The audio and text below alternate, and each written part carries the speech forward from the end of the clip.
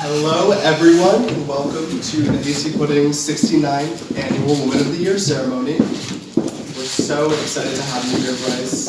And with that, I think we should just get started with some questions. Please remember to wait for the mic before.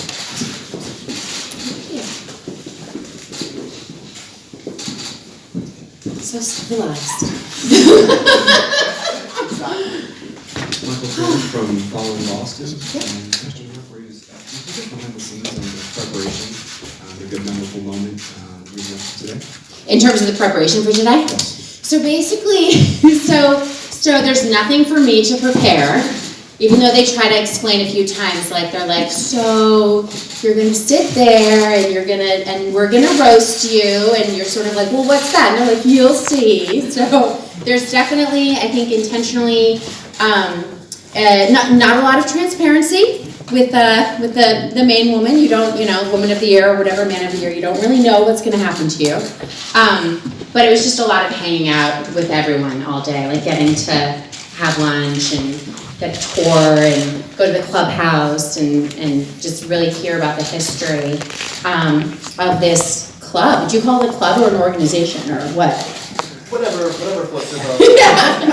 Yeah. Organization. Yeah. I mean, it's remarkable, and to go into that, into the clubhouse essentially, and look at all of the posters of shows that took place in like 1888, and I mean just stuff that's really kind of magical and unreal to get to see. So. Congratulations. Thank you. Hello, the parade is such an honored tradition. What was that like for you, and can you respond to what that was like? It's a real boost to your ego. I was like, I don't know if this is healthy.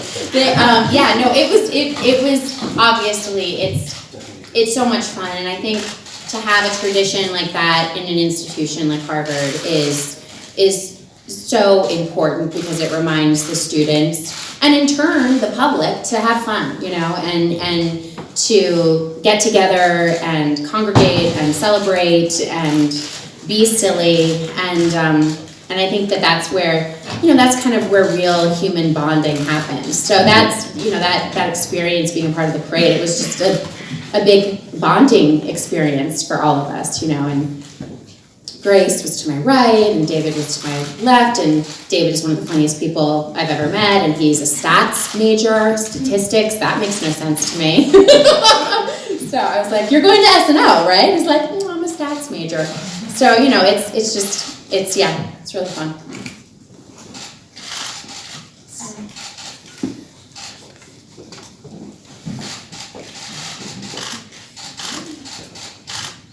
Obviously, this is a big year for Hasty Pudding, finally allowing women in the cast. What are your thoughts on sort of this historic change and sort of the importance of this change? Yeah, it's about time. I'm really, really grateful to be here in general, and especially this year. You know, it's a huge honor. Absolutely. And there's two female producers this year, and there were two female producers last year, and last year was when it actually ended. It's like, okay, it's been 170 years, like not one more year. And so that's when it was announced a year ago, and now here we are today, and it's the first year of the new Hasty pudding. Yes, in a second. Hi, so two-part question. Kind of, what was your reaction when you first heard you winning Woman of the Year? And also, did like Chris Pratt debrief you on what it's like, like the festivities and stuff? No, he didn't warn me about anything. I texted his fiance and I was like, this is your family's stomping ground, apparently. I was like Kennedy on every building. But my reaction was, I don't think I'm the woman of the year. I just, especially also now, I mean, I think that we're really seeing examples of individuals and women in particular really taking a stand, and being courageous and reaching out to one another, so of course you hear something like that and you're like, really? but that being said, it is this, it will be very meaningful to me, and I hope that from here that this inspires me, as it does so many people, to do more and to contribute, because that's a part of Hasty Pudding as well, is to contribute, to give back, and to participate in that way. So hopefully I will be worthy of this hilarious award in future years. Right in front row. Hi. Since you have already, done a fair amount of directing, do you see yourself entirely staying behind the camera? Full time, yeah. You do? No, I'm directing full time. About a year ago, I don't want to quit acting, but the way it's been for the last 12 years, I've directed kind of, well, I would say between things, but really when I was pregnant. So like whenever I was pregnant, or post-pregnant, that's when I was doing the majority of my directing. And then about a year ago, I just made the decision that I wanted to kind of shift that, and so now acting is this wonderful, incredible thing that happens between the directing jobs. And so right now I'm in production on The Mandalorian, which is a Star Wars. It's the first live-action Star Wars television show ever. It's written and produced by Jon Favreau, and so getting to do that has been awesome and has made me thoroughly addicted all over again. So yeah. Yes, in the front row. Sorry.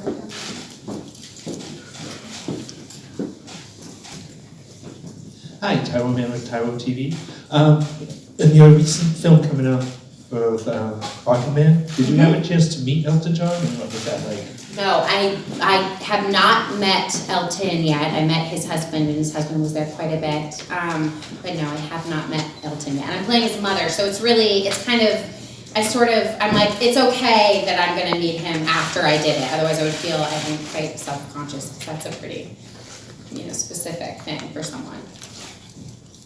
I think we have time for maybe 2 more questions. Right there. Isaac. Thank you, Isaac. So on Sunday, you publicly accepted the 4% challenge that was issued at Sundance 5 times up and the Annenberg inclusion initiative, I think. Yeah. Can you speak a little bit about that decision, what that was like, and whether there are any dream collaborators you have in the upcoming 18 months? Oh, that's a great question.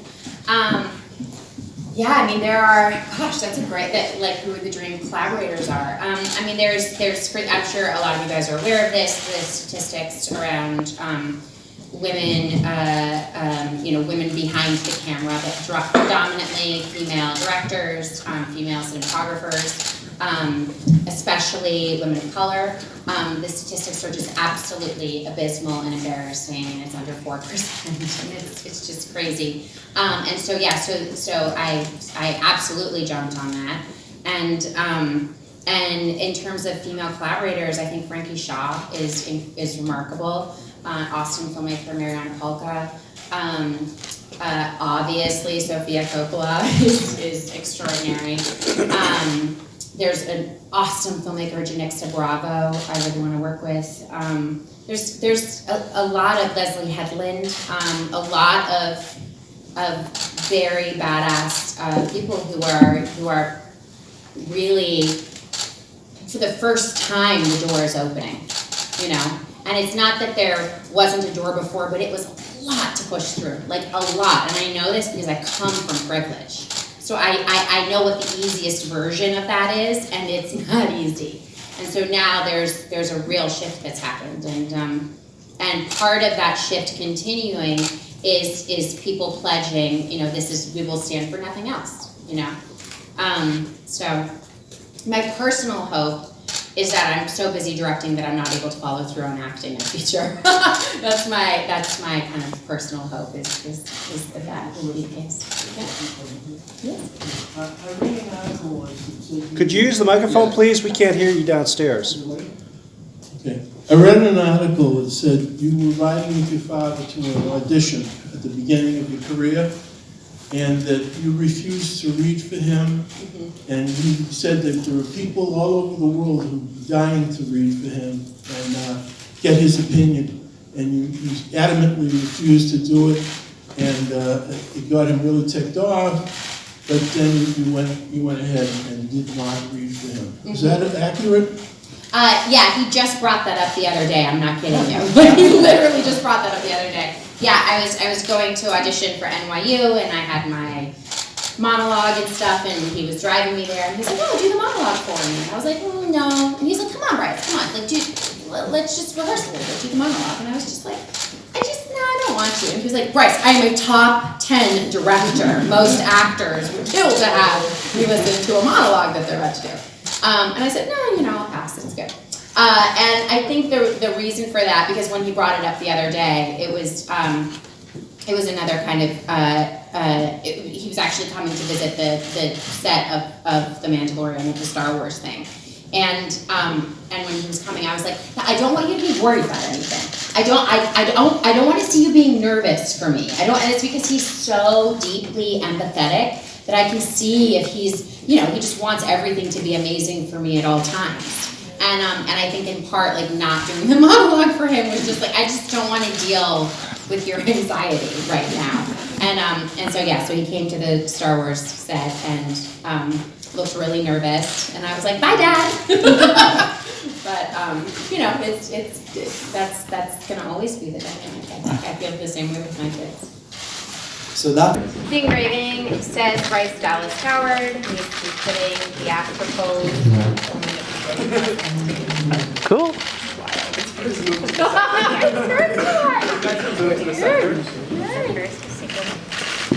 Kiss the ball. Kiss the pot. Here's the part. Kiss the pot. Should I kiss the pot? From the side. From the side. Kiss the pot from the side. Okay, here we go. Okay. What's that gonna look like? And then you kiss me, right? Yeah. Yes. Okay. I get so many kisses today. So bad. Oh no, it's good. It's good. It's perfect. Yes. One more. Awesome. Yeah. Sure. Is everyone set?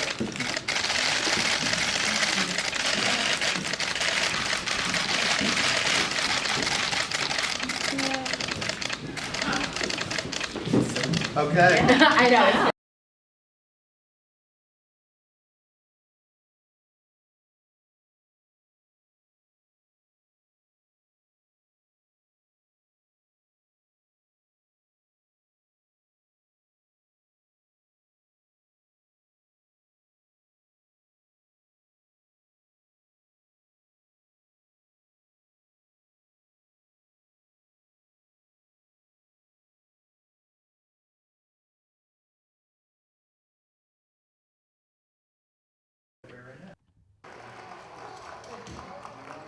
Good evening, everybody. I guess we'll do more after. Welcome to the Farkatorium. I told this story last week, but it's so appropriate to the occasion. I thought I'd just share it again because I'm counting on the fact that 90% of you weren't here. So not so long ago, you heard it. Okay, good. So not so long ago, I was with Neil Patrick Harris, who became a very close friend after he won Man of the Year. I know he's nowhere near as good as Milo, but he very much enjoyed the experience. And we were sitting there, and he was just reading the paper casually, as he often does, paying attention not to me. And I was just musing, and I said to him, Neil, in your wildest dreams, would you ever think that I would be on the stage of the Hasty Pudding the first year that we actually announced that there were women in the cast?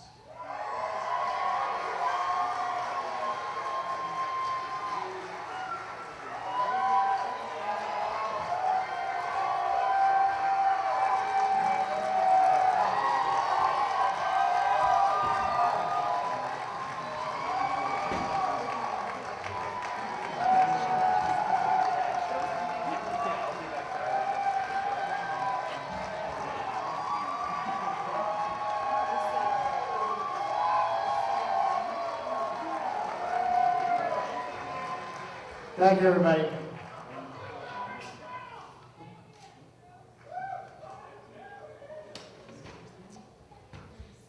I'm done. And that the president of the university, Larry Backow, and his wife Adele would actually be attending on this night.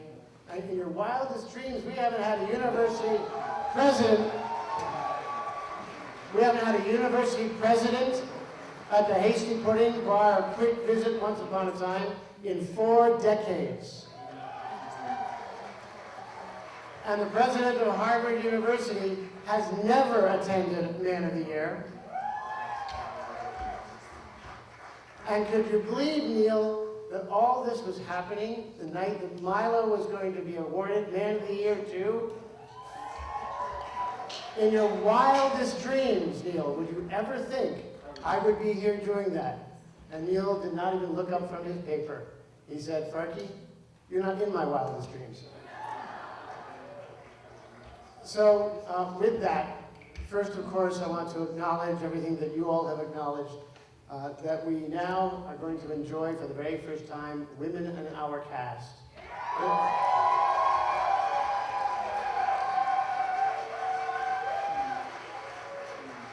Let me try that one more time. Women in our cast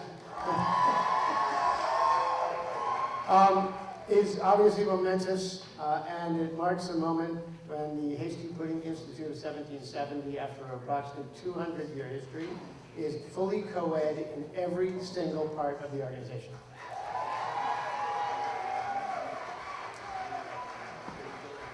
Let me take a moment, please, to recognize some important people who are in the audience. Of course, President Backow and Adele, thank you very much for being here. Our Vice President of Alumni Affairs and Development, Brian Lee, and his wife, Krista. The Senior Executive Director of Principal Gifts, Laura Smith. And the Associate Vice President of Principal Gifts, Roger Cheever, who is also indirectly responsible for Farkas Hall. We can talk about that later. The Dean of Students of Harvard College, Katie Adair. And Katie, remember, if things get too loud, don't call me. We have the Director of the Office of Arts, Jack Megan, and his wife, Sarah. And Director of the Office of Career Services, Robin Mount.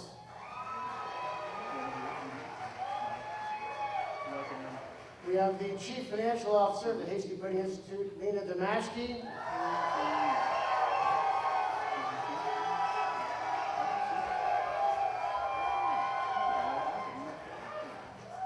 And our General Counsel and Chief Dragon Slayer, Mark Spock.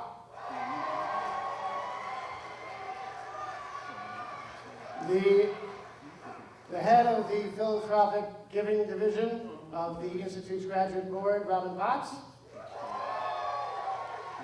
And graduate board members, John Blickstead and Connor Gunn.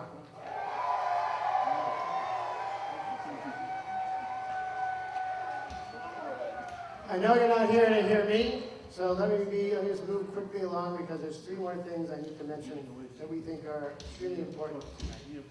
So I want to give 3 special acknowledgments.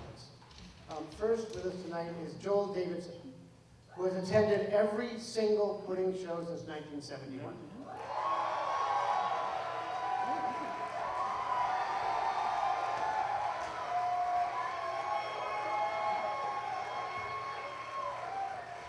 And finally got a front row seat. We have Bruce Minovitz and his longtime supporter and benefactor of theatricals, albeit inappropriately dressed.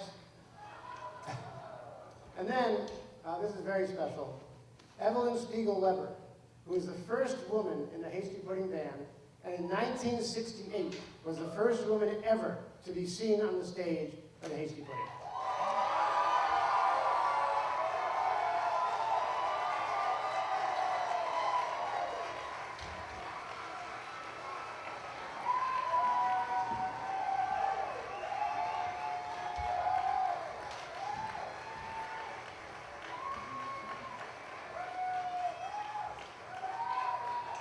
So with that, allow me to once again welcome you.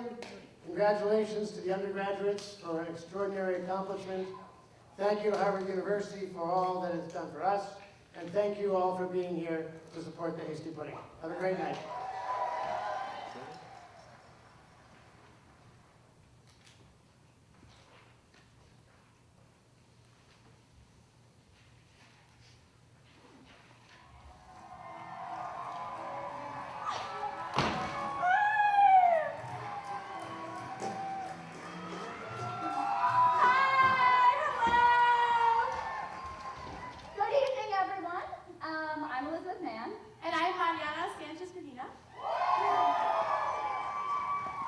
And we're the producers of HPG 171, France Revolution. The Hasty Pudding Theatricals is one branch of the Hasty Pudding Institute of 1770, which also includes the Hasty Pudding Club and the Harvard Crocodillos. The Institute has a long history that lasts over 200 years. And while we love drag, puns, and having a good old time, the pudding is more about everything else than satire and college hijinks. Today, HPI stays dedicated to its philanthropic mission to fund performing arts programs for students and schools both here in Boston and across the country. And this and our show would not be possible without our corporate sponsors, MAC, SoulCycle, Equinox, and the related group.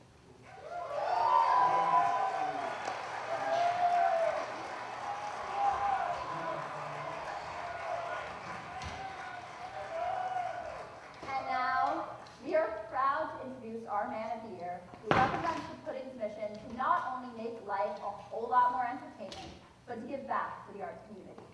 Please join me in welcoming to the stage our 53rd Man of the Year, known for his roles in Heroes, Gilmore Girls, This Is Us,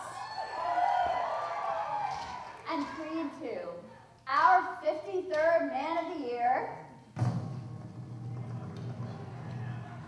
Milo Ventimiglia!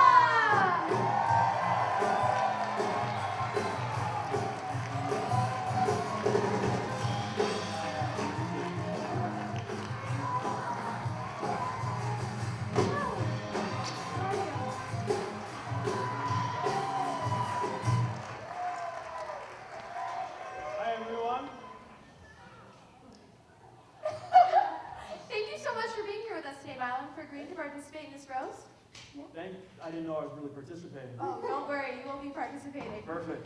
Did we pronounce that one correctly? Milo. Ventimiglia? Ventimiglia, yes. Okay, great. Milo, you can take a seat. You want? Okay. I mean, that's a really beautiful name. What does it mean? Ventimiglia? Oh, 20 miles. 20 miles. My doctor said that's the recommended viewing distance for your performance in the movie Pathology. Weird.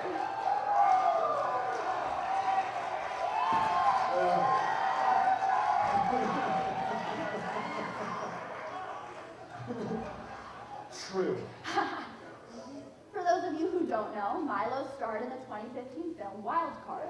Which, coincidentally, is what most people thought when we announced him as our Man of the Year. Me too. Yeah, me too. Yep. And last year, fans watched as Milo's character Jack tragically died in the hit TV show This Is Us. He dramatically ran into a house to save his family dog. Huh. Kind of like how This Is Us saved Milo's career. Yeah. Boom. Roasted. Yeah, I'm just not gonna say anything. Boom. Roasted. Literally.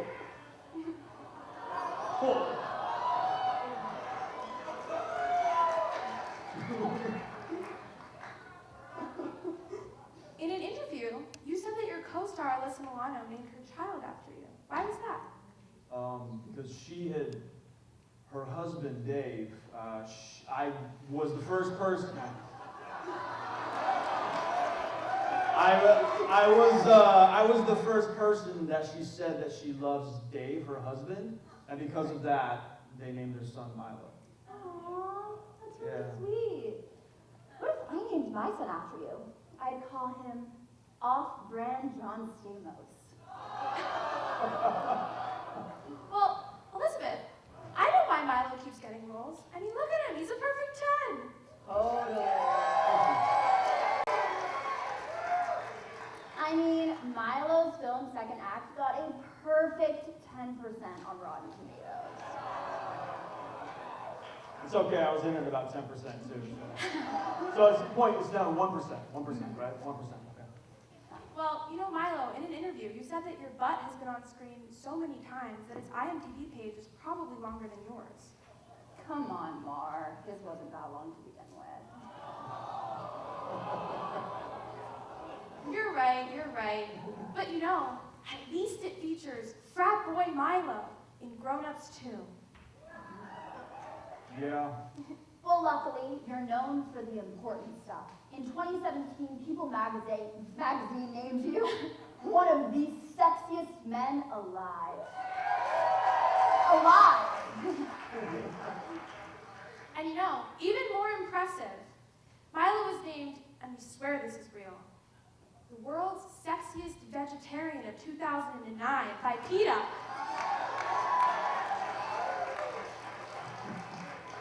Even though everyone sees you as a piece of meat.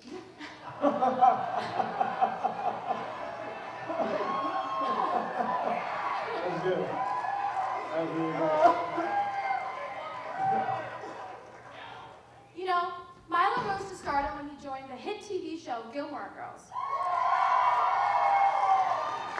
For those of you who don't know, Gilmore Girls is a show about a mom and her friendship with her daughter.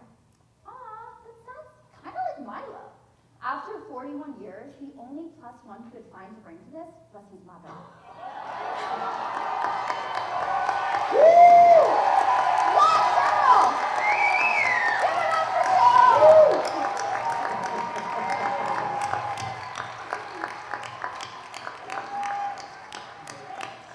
Truly, Carol, we are so glad you joined us here tonight.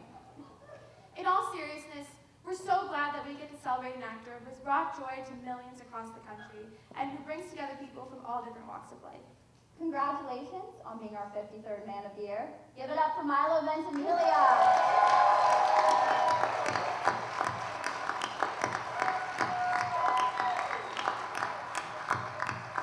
Now, I think it's time for your pudding pop. Okay. Right? Yeah. Oh my God. Oh, it's Rocky Balboa.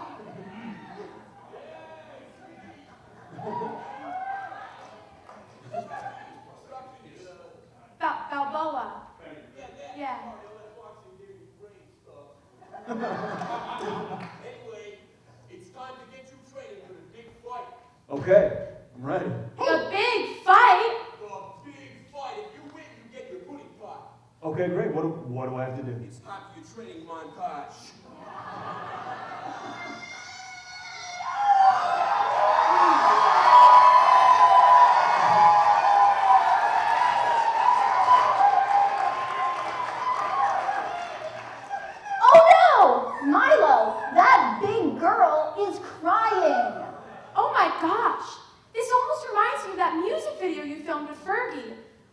Aw. Oh, big girls don't cry. Yeah.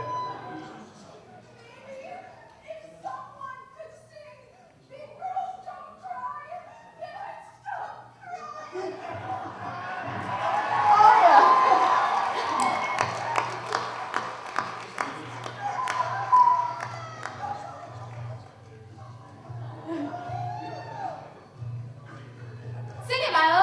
Come on. I hope you know that this has nothing to do with you. It's personal, myself and I'm like so off. We got some straightening out to do. Yes. And I'm gonna miss you like a child misses the blanket. But I've got to move on with my life. Oh no. Time to be a big girl now, and big girls don't cry. They don't cry. They don't cry. Yeah, there you go. They don't cry.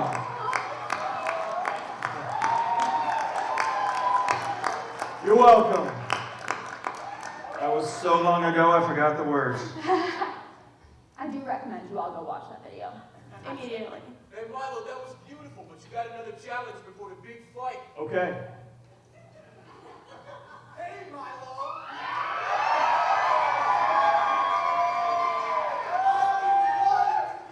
People's sexiest man alive.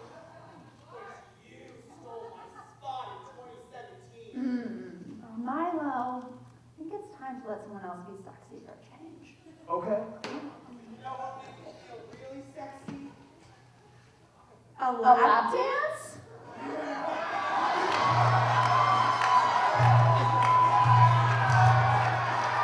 Got it.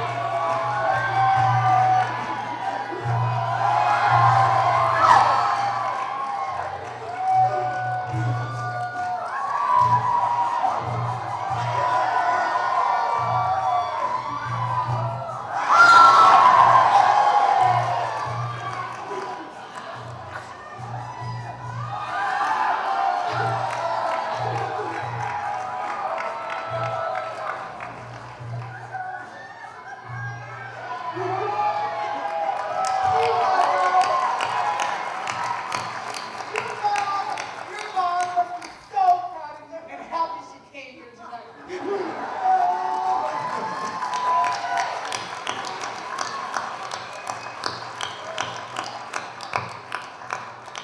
Wow. You know, Well, we've had our fun. I think now it's time for your pudding pot. Okay. Whoa, hang on. You didn't do the big fight yet. what is the big fight anyways? It's against me. But what'll he fight you with? I know. The power of song. Oh. Milo, don't you know all the lyrics to The Fresh Prince of Bel-Air? Yes. Fight him with the power of that!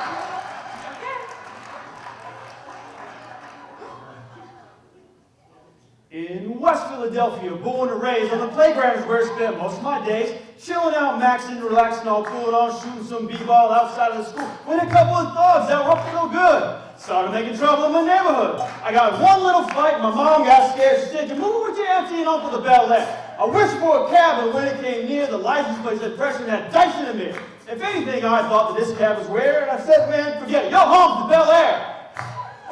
I pulled up to the house about 7 or 8, and I yelled to the cabby, "Yo, home, smell you later." Look at my kingdom, I was finally there to sit on my throne as the man of the year.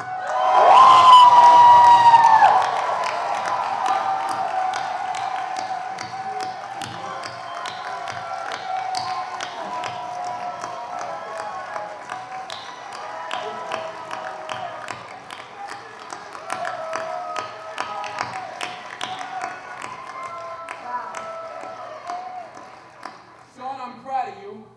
And you knocked the CTE right out of me. Well done. Thank you very much.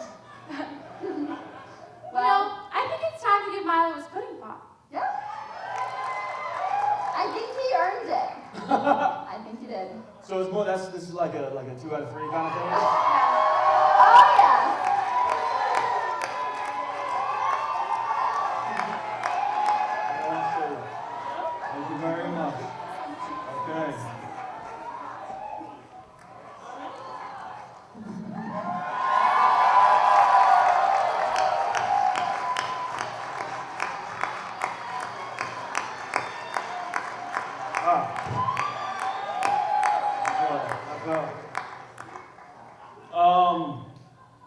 Well, I'm overwhelmed and a little speechless. A good friend of mine actually said, "I'm not impressed with things, only people."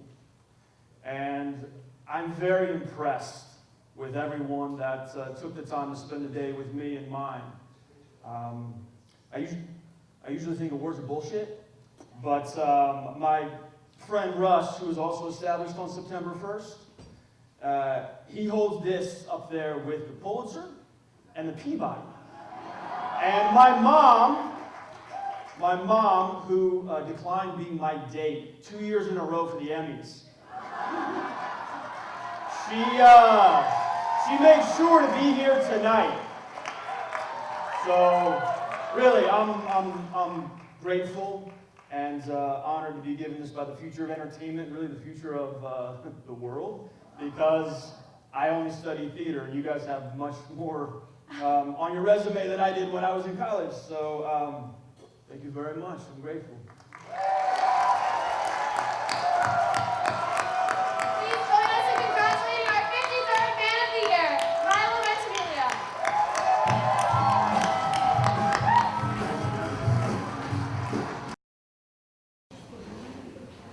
Hi guys. How are you all? Congratulations.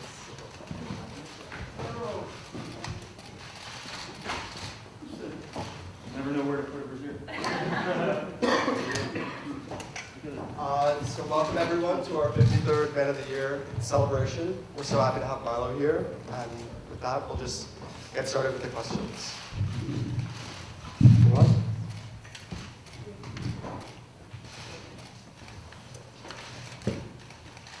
Congratulations, Billy. Oh, thank you. So did you know what to expect tonight, and what was it like to go through your mom and your audience? Yeah, usually there's no audience for getting roasted or beat up by your friends, but I've seen a few other roasts and shows and everything, and even a couple people that I've known have been Man of the Year, Woman of the Year. So it's different when you're on the other side of it, not just an audience watching it. Definitely was a little nervous, but I kind of relaxed once the first joke about me came up. Juliet? Thank you. Hi, Juliet. Hi, Julie, how are you? Good. So on This Is Us, your character is a diehard Pittsburgh Steelers fan. You're from LA. I am. You're in Boston. I know. For whom were you rooting in the Super Bowl? The Rams or the Patriots? I was definitely going for a home team with the Rams. Yeah, I was going for the Rams, but congratulations to Boston. And then one quick follow-up. What was the highlight of your day today?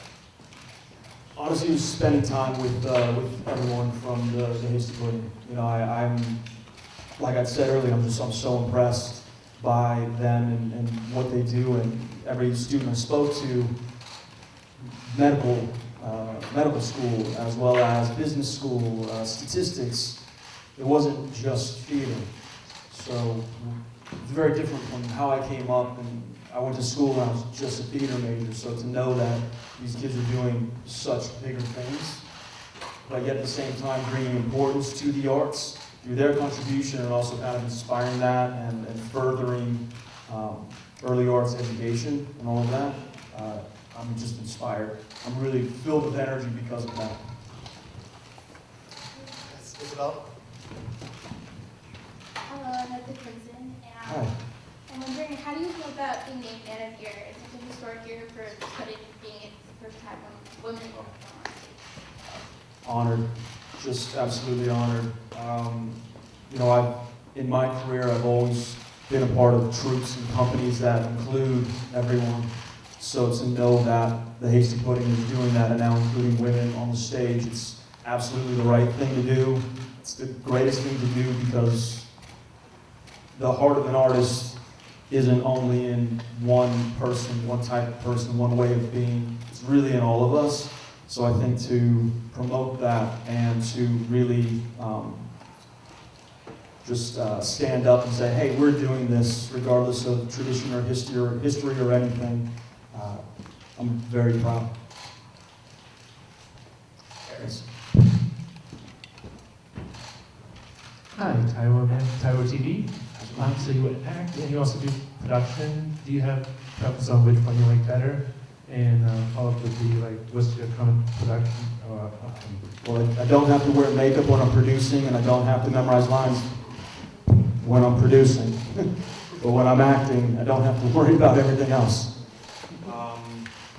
Got a few pilots we're gonna film for the company, and as an actor, I've got one more episode of This Is Us to finish. Hi Milo, I was wondering, how were you able to get your mom to come here? And also, were you a little embarrassed when you did the lap dance right in front of your mom?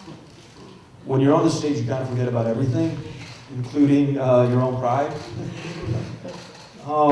No, my mom was more than excited. I mean, I barely got the word hasty out, and she knew pudding.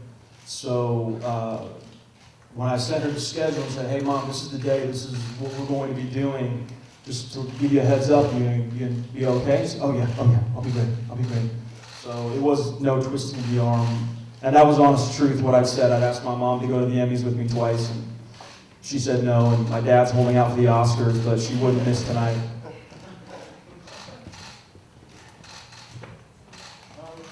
Yes, sir. Yeah, of course. We're gonna do photos after questions. Yeah, sure.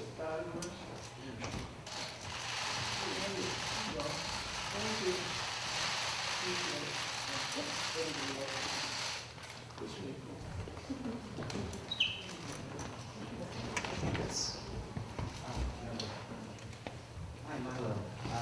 You've been cast in the upcoming movie, The Art of Racing in the Rain. Can you tell me a little bit about that project and what drew you to it?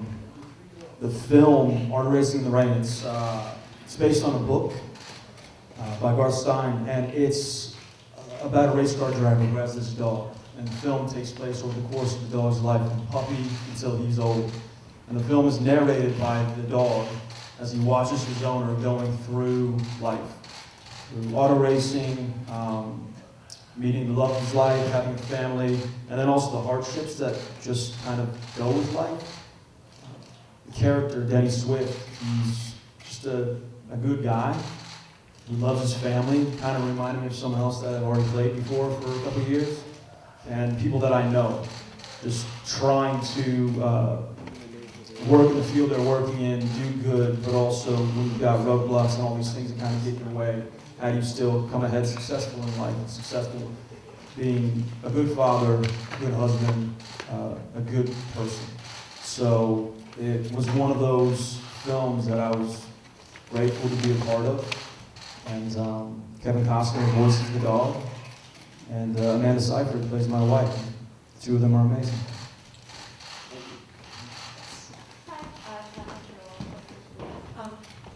This Is Us is sort of a show that brings a lot of people together and sort of forms a lot of Americans. What do you think sort of really resonates with people now at a time when America is a very different sort of political climate? I think people want to feel good, even in pain and sadness. I think people want to know that there's a community of family, the one you're born with, or the one that you find and create yourself, or the one you're taken into. People want to feel that. And the show, the writers, the production team, the cast, everyone works very hard to play that and display that slice of life. And it's a gratifying thing when I, as an artist, know that the work that I'm a part of is creating positivity, smiles, happiness, anything. I mean, even when I'm walking down the street like I was here in Cambridge with my folks and passing by someone and you hear, "This is us, this is us, get a mustache."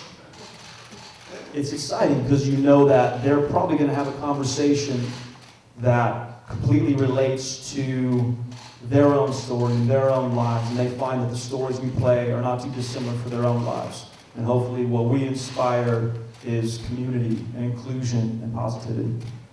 think we have time for one more question. You said your folks, did your dad come to? Oh, no, my mom, my buddy Russ, Eric, my manager, and my post's Gina. So my folks, and my people. Yeah. Anyone, last question? Okay, let's take some photos of it. Great. Thanks, everyone. Appreciate it. Milo, kiss the ball. There we go.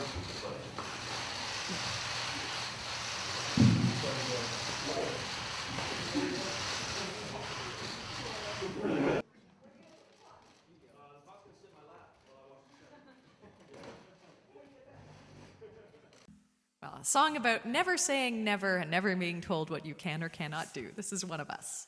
A 1, 2, 3.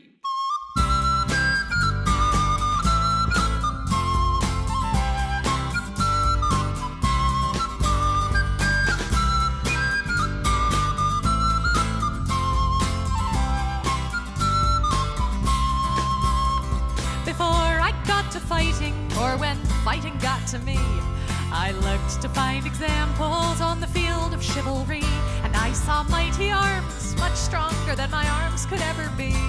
So I thought perhaps that field was not for me. But still I stayed and watched the fighting till one figure stood apart, in armor newly fashioned and a helm more pot than art. But each blow is thrown with honor and the lightness of the heart. So I took that step which soon became a start. 'Cause she was not the biggest fighter, nor one to raise a fuss, but I remember being proud that she was one of us. And we might never stand together in a shield wall side by side. Because of her I lift my sword with pride.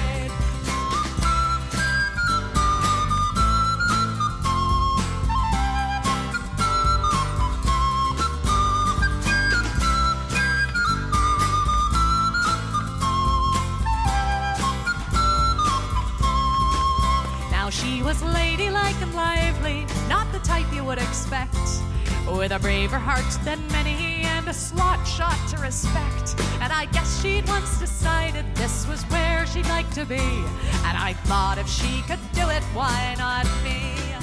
'Cause she was not the biggest fighter, nor one to raise a fuss, and I remember being proud that she was